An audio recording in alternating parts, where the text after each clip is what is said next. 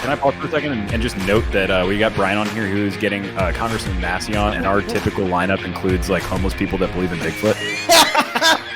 Welcome to the Brian Nichols Show, your source for common sense politics on the We Are Libertarians Network.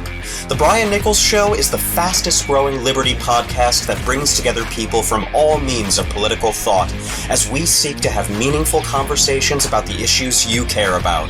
At the Brian Nichols Show, our goal is to leave the audience educated, enlightened, and informed. And now your host, Brian Nichols. Well, happy Monday there, folks. Brian Nichols here on the Brian Nichols Show, and welcome back to, of course, we're on Monday. So that means we're talking all things either marketing with Chris Goizetta or talking sales. Today, Jeremy Todd returning to the program. How you doing, my man? Doing so good. Finally rested back up after a fun Freedom Fest experience. I was going to say, we last saw you there. Yeah. You were getting ready to fly out to South Dakota, hang out with all those liberty-loving folk. How was that trip, my friend? Phenomenal. If you ever get an opportunity, like you will soon, coming up, just to be around the people who believe what you believe, who are your partners in crime on the internet, it's just a ton of fun. And very surreal. A big shout out to both Clint, Reed, Clint from Liberty Lockdown, Reed Coverdale, and then and Eliza Blue. I was kind of their tag along, fortunately enough. And so one night we walk in and it's like, oh, there's Hannah Cox, Spike Cohen, Jess Mears. We're driving with Scott Horton. It's just really surreal. And then the next night, it's like, oh, look, Dave Rubin. The next night, oh, look, Dr. Drew. And we're just sitting around these people that you admire and look up to and just having drinks. It a phenomenal experience all around. That's so cool. Yeah, and you tease towards what's happening here this coming week. That we're recording here on Sundays. We're airing here on Monday, Thursday, Friday, Saturday. I'm going to be down in Florida with our buddy there, Chris Goizetta, hanging out in Orlando at Young Americans for Liberty Revolution 21. Yep. I was actually, I didn't realize. I'm like, hey, if you haven't had the chance to grab your tickets yet, head to Young Americans for Liberty. And then I'm talking to Eric today. I hosted a debate over on Town Circle between Eric Brakey and Mark Claire on whether the Snowden reveal, the NSA leaks, was a net positive for the Liberty movement. Eric takes the positive, Mark takes the negative. It was timely because actually Snowden is going to be one of the main speakers here at Revolution 21. And I'm like, Eric, I'm looking forward to it. Do you have any like extra tickets I can make sure I push in the show? He's like, dude, we sold out way long ago. And I'm like, oh, well, my bad, because I've been pushing people that way. So yeah, I'm excited because I'm going to be able to hang out with some folks too. And like you teased and mentioned, it's different. You get to see your partners in crime, like you mentioned, online in real life. You get to build those relationships in just a different way. I went to go to the Indiana We Are Libertarians pool party there back at the beginning of July, and that was a whole experience in itself. I never really had the chance to go out to Indiana, but to not only see the entire network, but to see these people for the first time in many cases face to face. You build it's just a different relationship. So yeah, 100%, man. And talking about building that relationship, reaching people on that very personal, emotional level, that's actually what we're going to be talking about. We're starting off today on part one of a 4-part series that you wanted to focusing on the idea of empathy. Now, we've talked about empathy in the past here on the show, and we're talking, I actually used the Ron Paul example, and we're talking about how he brought empathy to the debate stage in 2008, talking about our foreign policy. But empathy across the board, I think, does often get misunderstood. And I want to make sure that when we're going through this, we start off by first really setting the kind of like the definitions properly. So let's start here, Jeremy. What is empathy and how does it apply here as we're starting off in our application to sales? Absolutely. So there are a lot of misnomers about empathy, and I'm really happy we're starting with this high level kind of introduction to empathy. What it really stems from, and we discussed this the last time I was on a little bit about how politics is shifting from an opinion to a lifestyle to almost a purpose. It politics gives somebody a way to say, this is who I am. So it becomes almost an identity of theirs. And one of the issues in persuasion is, okay, so if I have let's say I'm selling for Cox Internet. Well, that's a bad example. They don't compete directly because they're a little shady in their business practices. But okay, neither here nor there. Let's say you've got T-Mobile and AT&T. If I'm selling T-Mobile to an average everyday person who may have AT&T, no big deal. I can talk about the price, the value, the benefits, the features, all the things that we've discussed. However, more and more people in this analogy are starting to be AT&T employees. It has become, their politics have become part of their identity. It's who they are. So we're almost trying to sell people who have decided my identity is this political belief system. And so I found myself asking at Freedom Fest a lot of people, a lot of the greats in the liberty movement, when you have somebody who has kind of publicly stated their identity strongly and then painted themselves almost into a corner to where now they would seem like a hypocrite if they believed something different, how do you give them a way out? Or how do you at least help them find a way out and change that perspective? And we kept coming back to empathy. So to answer your question, what is empathy? I think empathy is as simple as two things you got to understand about empathy. Number one, empathy is really just curiosity. It is a desire to understand and seek out. The second part of empathy is that empathy is, you are not empathetic towards positions or belief systems. You are empathetic towards people.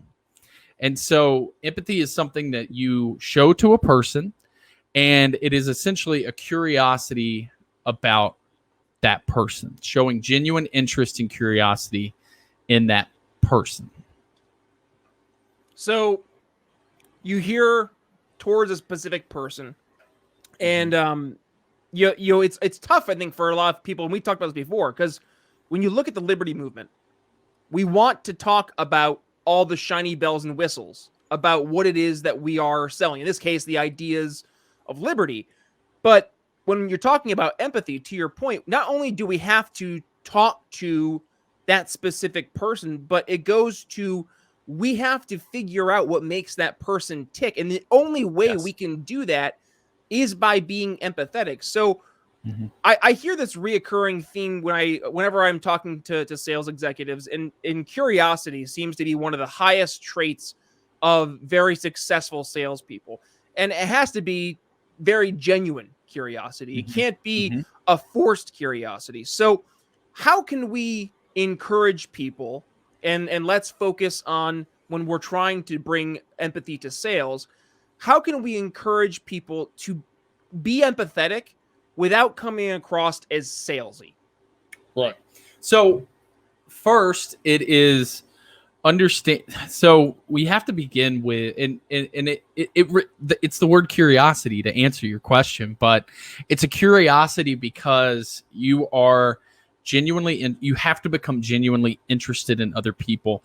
You're not looking for opportunities to weaponize their what they believe against themselves. What you're looking for is their why. How did they reach this point along their journey? Every single one of us has a different perspective on the world, and that perspective comes from the fact that we all have different experiences, life experiences, and we all have different education, how we were educated, what we were taught from friends, family, in schooling, and then personal education, along with what we've done along the way. We have picked up our own perspective. I believe you've used the beach ball analogy before. Can you expound on that, about the beach ball, holding the beach ball, and how they see it differently? I don't think it was me. It was you. Was it? But okay, so I'll recap it. So it's like when you're holding a beach ball. If you know a beach ball, it's got the three stripes, like a yellow, a red, and a blue. And if you're holding that beach ball right here next to your face, you may see blue and white, but that same beach ball to the person standing across from you looks yellow and white. Did I say? And as you turn, yeah, that was you somewhere, I swear. Wow. But and so they are looking at the same thing as you, and you're over here saying, I swear this is blue and white. I'm looking at it right now. And I'm looking at the same thing and it's yellow and white. So it's trying to reach a place of understanding how they can see what they are seeing, not what they see, not arguing about what they see, but trying to reach a place from curiosity of why do they see what they see. And you do that from, asking a lot of questions, and which would be what we break down in the next few parts. Now let's go to that, the why. Yeah. And you said the why multiple times. I'm not sure. Are you familiar with Victor Antonio by chance? I've heard of Victor Antonio. I'm not as familiar. Okay, so Victor Antonio, he was a former IBM sales executive, and he's most noted for he is the guy who helps you find the reason why people buy. And the reason to figure out that why, to show that genuine curiosity is, and we talk about this when we're talking about tracing the sales cycle, right? You have to go through that history. How did we get from where they were to where they are now? Because chances are that when they go through that sales cycle again, they're going to follow the same patterns of behavior. So that's why you want to figure out what was it that was the driving factors? What was the pain point that you can focus back towards? And at the end of the day, what do we know, Jeremy? People make decisions with not just emotion, but also with the sense of trying to maintain some sense of security. So understanding that and trying to lead in with understanding what are those emotional driving factors, we have to ask those questions why to truly dig into that empathetic notion. Yeah, absolutely. And I think it's extremely, empathy gets, I don't want to divide empathy or I don't want to combine empathy with like discovery portion of the sales process, because they are kind of two very different things. Empathy is acknowledging the humanity in somebody else. So one thing that empathy is not, it is not an endorsement. So I can have empathy towards someone who believes something very different and something even very immoral in my eyes. But and that's where empathy comes back to being about a person. I can see their humanity and I want to understand their journey, like you were saying, on how did they reach this decision. And so the reason we do that is twofold. One is what you're mentioning, which is strategic. But the second is people just want to be heard. We put up these walls that block other people out because of fear of rejection. So empathy is the opportunity to extend to them a sense of humanity, and that I see you, I understand you. And all of a sudden they will start to slowly take down those walls that they've put up to protect themselves and to protect that identity. And then they are finally open for the opportunity to persuasion. But without doing that, you can come across people who are like, it doesn't matter. You can make every factual point. You can ask me all these discovery questions. You can build the most value in the world, but this is who I am. And if you don't get that wall down, you're never going to be able to change that identity that they have found in their current belief system. Facts don't sell. That's just the reality. Facts don't sell. No, and neither do features. We need to realize that when we're talking about how great liberty is, that only goes so far. So I have my opinions, but Jeremy, I would love to hear your thoughts here. What are some of the common mistakes that you see libertarians making when we're talking about empathy? Where are they getting things wrong? So we believe we have reached a logical conclusion in the liberty movement that our positions are correct. Oftentimes ours are devoid of. What's interesting about us is we reach them logically and then we justify them with emotion, which is kind of the opposite of what most of the world does. It's something that I've found to be unique about the liberty world. But for starters, when you are interacting with somebody who could possibly disagree with you, make sure you are speaking with them, not at them. And just being curious and wanting to reach out and understand, hey, tell me about yourself. Tell me about what you believe. Oh, that's interesting. How did you reach that point? We don't do that. What we do is we want to jump to say, oh, you're wrong because of this. Well, what about this counterpoint that shows you're a bad, evil person? Nobody's mind has ever been changed by telling them how awful they are. And really quick, how about like saying the word libertarian or liberty all the time? And here's the reality is that you don't need to use these words all the time, because here's the dirty rotten secret.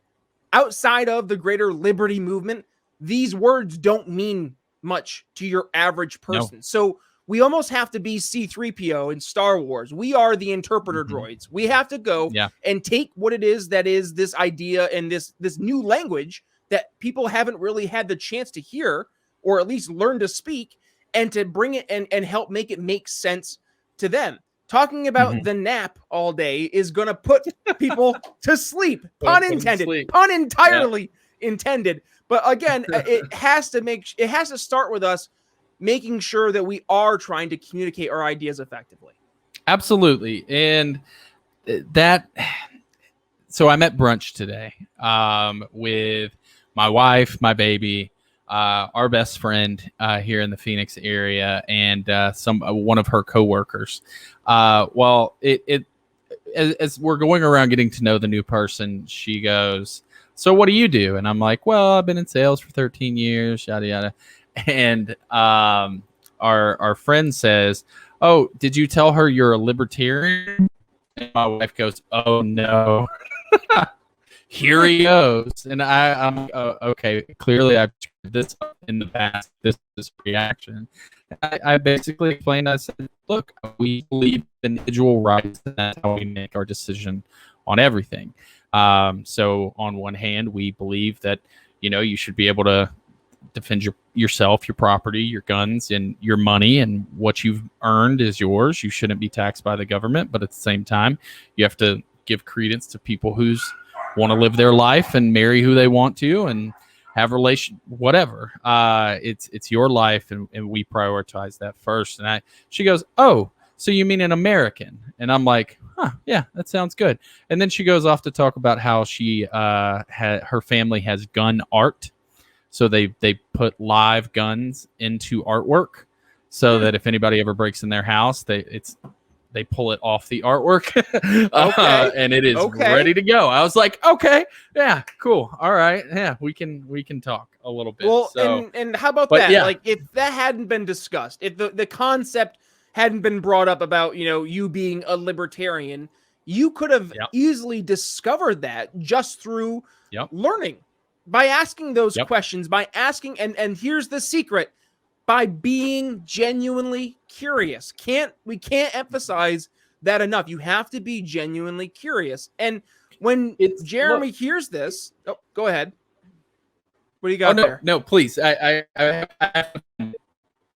your internet's cutting out a little bit really quick. Just give you a shout there. But while I'm going off, maybe you can look into that. But one thing I think it's important for us to acknowledge is you can build relationships with people based on these underlying fundamental concepts that are kind of inherent throughout, to your point that she was saying, are just American in nature. We kind of all just believe this by the very nature that we kind of were raised in this red, white, and blue mentality. And we had to kind of speak to that language again. That's, I think, who we have to start to refocus our target market towards, is not the active politicos who have established a team, but rather your average everyday person. Because dare I say, Jeremy, they are more likely than not to at least be more empathetic to the ideas, but just not realizing that they're speaking a different language that's saying the same thing. Yeah, what it reminds me of, Brian, is one of the things that I used to force my my sales reps to do was to hold off on price as long as they could. Like we made it a challenge to see how long we could talk without bringing up price. Because when you lead with, and so the price, as we discussed a few weeks ago, is, hey, what is a libertarian? Being a libertarian would be the price that you pay, the exchange that you get. So you bring that up at the end, you find all these agreements, and it's like, oh, by the way, you go, oh, we agree on this. We agree that this principle matters, this principle matters, this principle matters. By the way, I'm a libertarian because I believe that word means all of these things. And so I really like that. You said become so. Of course. And I'm rocking the shirt. I'm rocking the, hold up. Now, for the audio listener, he's holding up, originally he had, it's how to win friends and, how to win friends and influence people. I'm sorry, my brain's broken today. Yep, by Dale Carnegie. How to win friends and influence people. And he's got the Eminem shirt now, where Eminem's holding the book. And they're all-time classics. One of my favorites. All-time classics. Yeah, the foundational book. It will be the first book my son reads when he's capable of getting out of children's books. And it reads very simply. I would encourage everyone to read this foundational book. But the first principle in how to make friends, it's right here. I put it on the screen. It says, become genuinely interested in other people. To be somebody who is likable and that other people see and go, oh, I like this person. I want to be like this person. That's likability, and the likability factor that gets hurt a lot of times. Dale Carnegie, the most influential writer on this topic, said the number one thing you can do is become genuinely interested in other people. How many times do we sit at home and we watch documentaries? We watch investigations, stories. People love to hear about the lives of other people. So all you have to do is put that genuine interest into the person you're interacting with. And that's the foundations of empathy, is to be genuinely interested in their story, where they come from, what their background is. People don't want to be told what to believe. They don't want to, people don't care to understand. People will never understand you until they feel understood. So people have this innate desire to feel like they are understood by the other party in a conversation. And so practicing active empathy in that way really shows them that I am genuinely interested in understanding you and your perspective. And when you do that, they lower those walls and give you the opportunity to present your perspective. You need to earn the right to ask those discovery questions. Yes. And it starts with us first knowing there's a problem we can help solve. And we need to know the problems there by being empathetic and figuring out, understanding what pain that person is feeling, and then figuring out how they got to that pain. Now, you don't have to go through the discovery questions to figure out that pain, but by just being a genuinely good person trying to do good and solving the problem, you're already doing 10 times better than the other person that's out there. Because your average Politico, we say this all the time, Jeremy, they're more focused on winning arguments and being right than they are going out and solving problems, meeting people where they're at, and actually showing that it doesn't have to be this way. The problem that you see, the pain that you feel, it doesn't have to be this way. Not only does it not have to be this way, it can be infinitely better. And then we show them how. And we have to set a step-by-step way to show them it's not just something we talk about, but it's actually doable. It's feasible right now. So we're already close to time, my friend. I know we are, but hey, this is only part one. This was, and let me tell you guys, part two is my favorite part of this whole series. It is one of those light bulb moments. Give us a sneak peek. What are we going to expect? So what we're going to be talking about over the next 3 weeks is how empathy impacts and is related to someone's value system, someone's behaviors and someone's emotional connections and states. Next week, we're going to talk about value systems and conflicts in those value systems, how to express empathy, understand what type of value system conflict they may be having in their situations, and then how to respond to those empathetically. It's phenomenal. It's very exciting. I love it. And if people are looking for this daily, I mean, this is one thing I've been getting asked all the time is like, we need more sales tips. And I'm excited to see that we're now offering a tangible solution to the problems that we're seeing right now. And that is people in the Liberty movement are, I think, starting to acknowledge elephant in the room. Yeah, we are having trouble communicating our ideas at times to your average person, because every time that we start to get any sense of eyeballs on us, we just start to screech liberty.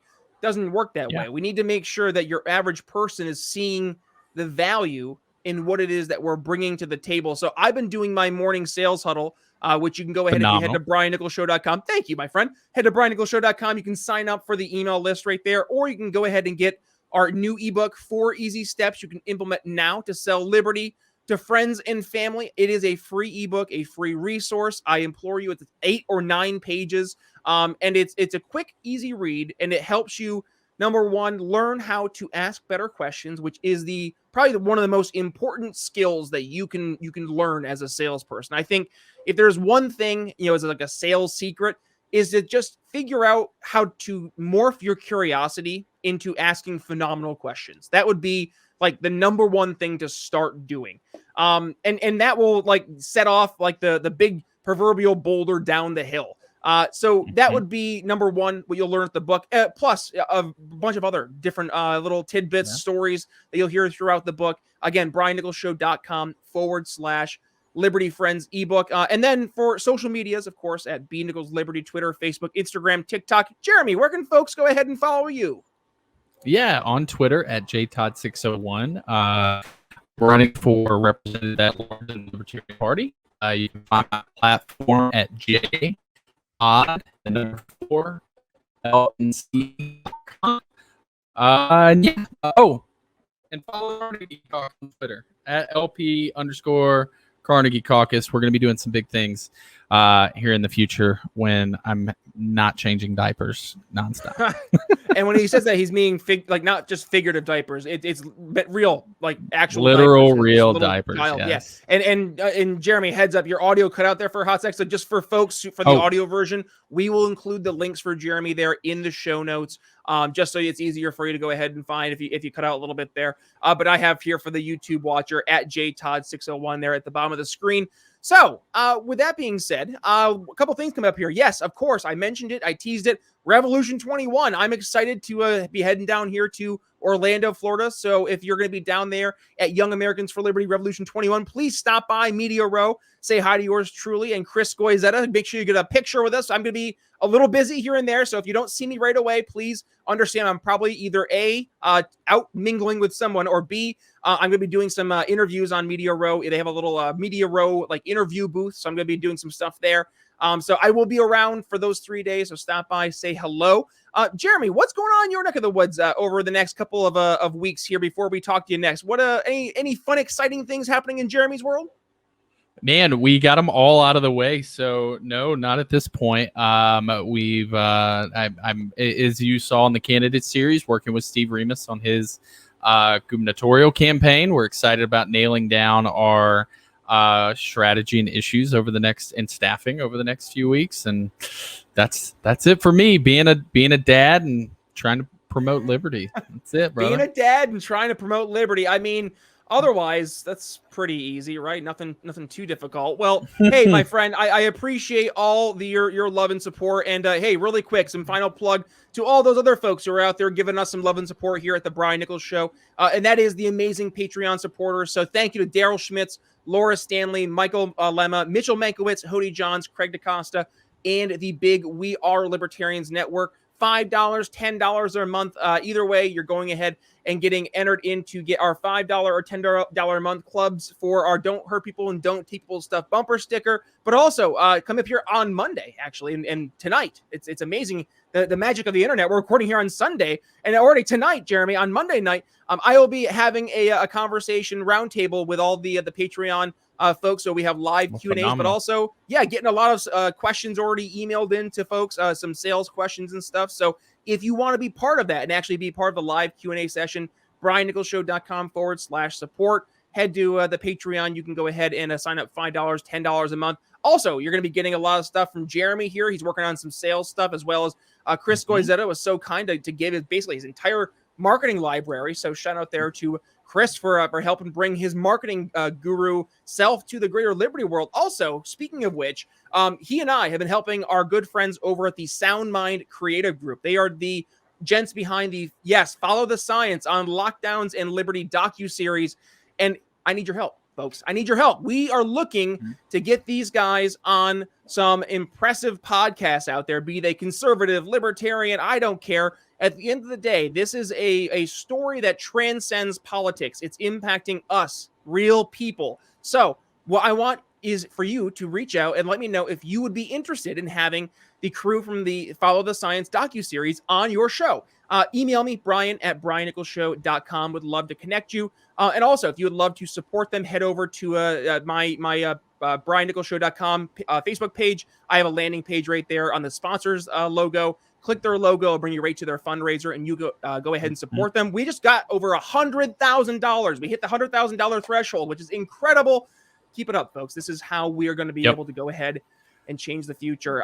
Otherwise, with that being said, one final thing, and I was actually going through and looking at the old videos. I saw your old shirt there, the good ideas don't require force. Guess what, man? We have some fun, brand new swag. So here, check it out. Let me pull up my it'll work here. And while you pull that up, I want to echo, I got to meet the guys from Sound Mind Creative, and the work they are doing is incredible. Make sure you go check out their fundraiser. They need about 1.5 million, and we can have Follow the Science on platforms like Netflix and Hulu. So this is something that can change the world. And as you can see right here, we have some new swag over at Proud Libertarian. Nice. So please go over to YouTube right now. If you're an audio listener, like seriously, head over to the YouTube and just check it out. You can, or just go to briannicholsshow.com/shop. That's probably easier. Our Freedom is Science, Freedom is Nature series, as well as, I love this one, our Stop Trusting Government Bureaucrats swag. I mean that's just phenomenal. So perfectly timed right now with all that's happening with the Delta variant and the CDC. But I am a big fan of these, as well as our new series here. Our new graphic designer, Colin, he has been working tirelessly, our new Tar and Feather series. So I'm excited about this as well. I know, right? So, folks, if you want to make sure you're not missing out and you're able to rock this phenomenal libertarian swag, I mean, and for the YouTube or for the audio listener, that is, I mean, we have laptop cases, we have stainless steel water bottles, we have T-shirts, we have snapbacks, we have stickers for your laptop, all that and in between. So please, if you are interested in supporting the Brian Nichols Show and also rocking some awesome swag while supporting some libertarian entrepreneurs at Proud Libertarian, I would appreciate that. briannicholsshow.com/shop. Final words, my friend Jeremy. What do you have for us? Anything else? Yeah, final thought. Probably one of the most revolutionary things that taught to me. It was taught by a peer at one of my previous roles. He said, no matter what is happening in interaction, always assume positive intent from the person. And it makes the conversation a lot easier to be empathetic. So assume that people are coming from a good place, not a harmful place, and that allows the conversation to track much, much better. Always assume positive intent. I cannot agree more. Jeremy, thank you as always, my friend. Coming up here on Wednesday, Tiffany Justice is joining the program. She is part of Moms for Liberty. Guess what, Jeremy? Moms are standing up across America saying no to the public schooling system.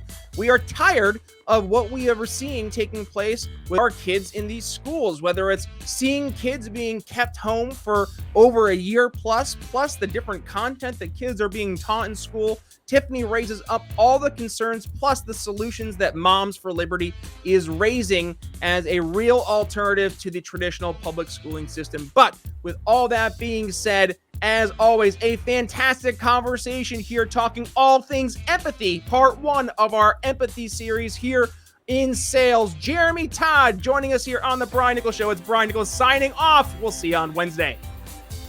Thanks for listening to The Brian Nichols Show. Find more episodes at briannicholsshow.com.